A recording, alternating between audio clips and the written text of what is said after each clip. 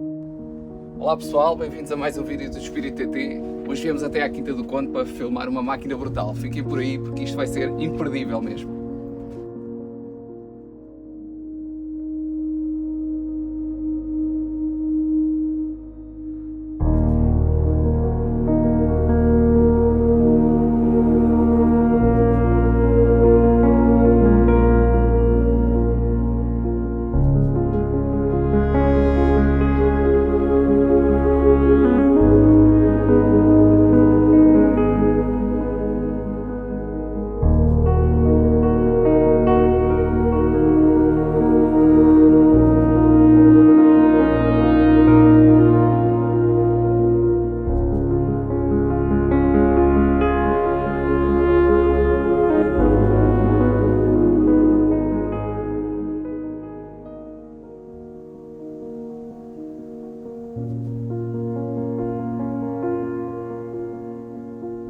Hoje vamos ter um convidado muito especial. Temos o CEO da Clínica Auto, por isso fiquem por aí que vamos já conhecê-lo. Olá, Hélder. Olá. Muito prazer. Obrigado por teres igual. vindo e por teres disponibilizado a tua máquina aqui para conhecermos um bocadinho melhor do que é que faz a Clínica Auto. Hélder, como é que começa a Clínica Auto? Como é que apareceu? Podes explicar um bocadinho da história? A Clínica Auto começou há 11 anos. Eu trabalhava em concessionários e acabei por abrir uma oficina para os tempos livres para fazer o conhecido gancho. Entretanto, passado uns meses, comprei um Jeep e comecei a fazer os passeios TT com os amigos. Depois afino um Jeep a um, preparo um Jeep para outro. E um dia estava a pedir peças e o rapaz disse: então pá, tu não tens carros, só tens carros agora com a matrícula, não tens carros com a matrícula a meio. E eu olhei para dentro da oficina e pá, realmente era só Jeeps lá dentro. Depois acabámos por trocar de oficina por falta de espaço e nessa oficina chegámos a ter 38 pajeres. E aí começámos a ser bastante conhecidos a nível do mundo de Jeeps, preparações, legalizações. Vocês já têm um grande background, digamos assim, de preparações aqui no mercado, já são bastante conhecidos. E a nível, digamos assim, de modelos, são especializados em alguns modelos? Não, hoje em dia temos tudo. Fazem manutenção de todos os tudo o que é Jeeps, temos todas as marcas. Houve uma altura que estávamos muito forte nos pajeres. Eu tinha Pajero e tenho, e é um carro que eu tenho um carinho muito grande pelos Pajeros. Aliás, se hoje estamos onde estamos, podemos agradecer aos Pajeros, e é um carro que eu gosto muito e farto-me de aconselhar os Pajeros. Entretanto, temos todo a nível de marcas. Hoje mas tens aqui também outra vertente que é gostar bastante também do todo-terreno, não é? De tudo o que envolve, passar os obstáculos. Para mim, tudo o que tenha tração às 4 e que dê para a gente usufruir, seja ele que Land Rover, Nissan, Mitsubishi, eu para mim ando com qualquer um. Não... Olha, então e hoje o que é que trouxemos aqui? Trouxemos aqui uma máquina brutal, não é? Que é uma máquina que elucida bem o que é a Clínica Auto. É um Patrol GR, um Y60. O que é que nos podes contar, assim logo à cabeça, qual é que é a grande modificação que transforma logo este carro? O motor, sem dúvida nenhuma, que foi o upgrade que a gente fez, que notou a maior mudança no carro, foi mesmo a mecânica. A questão do RD28T ser fraco, aquecer, isso é mito, é verdade? A malta que nos ouve, pá, há sempre alguns... Quando se mete rodas grandes, sim, é um carro que se torna fraco, apesar de termos bons projetos, RD28 a andar muito bem e com bastantes cavalos. É um motor que a gente passa de rodas para muito grandes e que é um motor que se nota que perde um bocado ali a baixa. E como é que se faz isto? Como é que se entra nestas questões dos swaps, não é? Que é a expressão para quem nos está a ver, digamos assim, que muitas vezes não conhece essas expressões, não é? Que é a mudança, não é? É o mudar o coração. É mudar todo o coração do carro. Como é que se consegue fazer isto? É pá, eletrónicas, coisas mecânicas, porque isto não é propriamente chegar ali e ligar umas fichas e está a andar, não é? A gente tem que, pronto, começamos pela parte da alteração de chassi, porque temos que alterar as bases para apertar o motor, e é aí que vêm as grandes alterações comparado a outras alterações que se vê. Há carros que vibram, porque estão apoios mais rígidos. Nós fazemos as coisas de maneira que o carro, estamos ali a trabalhar, não sentimos o motor a trabalhar, não nada. Tudo o resto é uma coisa que isto já está tudo inventado. Existem simplificadas para pôr o motor a trabalhar mais fácil. Este swap que vocês fizeram, qual foi o motor que utilizaram especificamente? Foi um motor BMW, correto? Um BMW, um 30D, um 2002, 193 cavalos.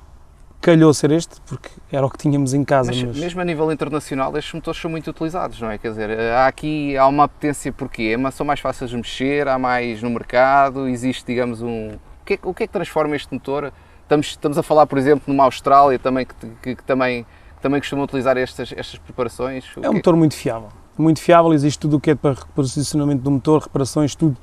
É um motor muito fiável, um motor com muito, faz, lá está, um motor, não é o caso deste, mas temos 30Ds, e este também, se a gente alterar os injetores e pusermos uma bomba MR90 e fizermos um turbo, isto é um motor que faz 400 cavalos, portanto... Claro, ele liga logo aqui, e a nível de binário mais ou menos, estamos a falar de valores, isto começa assim, sempre ali nos 500 newtons para cima. E o céu é o limite, não é? Como o se céu costuma é o limite. dizer. E depois temos, tudo depende da preparação, no caso este só tem um turbo que o nosso patrocinador nos fez, que é a Compec, fez-nos um turbo para o carro e temos uma eletrónica. De resto, o motor está 100% original. E como é que se adquire, digamos assim, eu sei que isto, o mercado, cada um obviamente tem o seu negócio, não é isso que estamos aqui a debater, como é que se adquire este conhecimento? Tiveste ajuda de alguém? Tentar satisfazer o cliente agarrou... Algum amigo, algum... Tenho um cliente que comprou um Patrol, um 60 longo, também já fizemos o vídeo dele, e ele foi andar no RD28 e disse que isto não era motor para mim. E eu quero um swap. E ele queria Mercedes. Na altura, Mercedes estava tudo muito caro e a gente optou por BM. Aí começou o drama, toda a gente me fechou as portas. Ajudas nada, zero, ninguém ajuda. Um bocado típico Tuga, não é? Tuga. Pronto. Eu tive a sorte de conhecer o Cristiano, que é aqui da Margem Sul, ele também tem uma oficina, que é a Zigo Earth. Tive a sorte de conhecer o Cristiano e ele tem sido uma mais-valia para mim. Apoio, ele já tinha feito alguns swaps, tinha feito o carro dele também, ele tinha um 61 com 35D e conheci-o casualmente, fui comprar um carro e conheci-o e falámos na conversa e ele já acompanhava a minha oficina e pronto. E fazendo-se um ou dois, isto agora já... Sim, já vamos em 13 carros, até ao final do ano vamos fazer pelo menos 15. Vamos completar. É só GRs? Não, que fazem este estamos tipo agora a acabar agora um Opel Monterrey, estamos a começar um Galloper e vamos fazer um Mitsubishi Pajero. Portanto, estes 3 carros já altera aqui um bocado, porque não é... O panorama, digamos assim, ou aquilo nós que o estamos feitos aos patrões. Exatamente. A gente já fez 260, GR60, 61, e aqui o Monterrey andámos aqui um bocadinho, falta de espaço, o Galloper vai ser exatamente a mesma coisa, acho que o Pajero vai ser aquele carro mais... Vocês conseguem também oferecer essa capacidade de se adaptarem também um bocadinho àquilo que o cliente vai trazer, não é? Pronto, ou seja, não se fecham naquela... Aí é os GRs e não há mais jeep nenhum no mercado. A gente queremos manter uma oficina a nível de preparação de 4x4, independentemente de seja qual for a marca. Obviamente. Então aí vamos lá ver uma coisa, para pôr este poderio todo no chão, o que é que temos aqui? Suspensão, importantíssimo, não é? Ou seja, aqui temos... Um setup, é um setup muito acessível, não é? O que é que acessível, temos uns amortecedores, uns Profender reguláveis, temos um estrapador em 37 lista amarela, temos... E a grande modificação? A grande modificação foi o eixo para trás, 23 cm. Foi aí que a gente notou uma grande mais-valia no carro, deixou de completamente andar a levantar a frente, deixou de ser tão perigoso como é aquilo que a gente... Este carro é muito curto entre este, tem 2,45 m. Portanto, mais 23 cm. Temos uma estabilidade que dá e a gente tem lá, já temos os apliques para puxar 5 cm hoje para a frente, acabamos por não conseguir fazer, porque temos muito trabalho e acabamos por não conseguir... Hoje em dia fala-se muito que os longos é que é bom, porque efetivamente há ali uma certa razão nisso. 3 metros, 3 metros entre eixos, é a diferença muito grande. Este carro vai acabar por estar relativamente perto, mas depois acaba por ter vantagens que o longo não tem, o ângulo de ataque, o ângulo de saída, um carro mais pequeno, acabas por ter...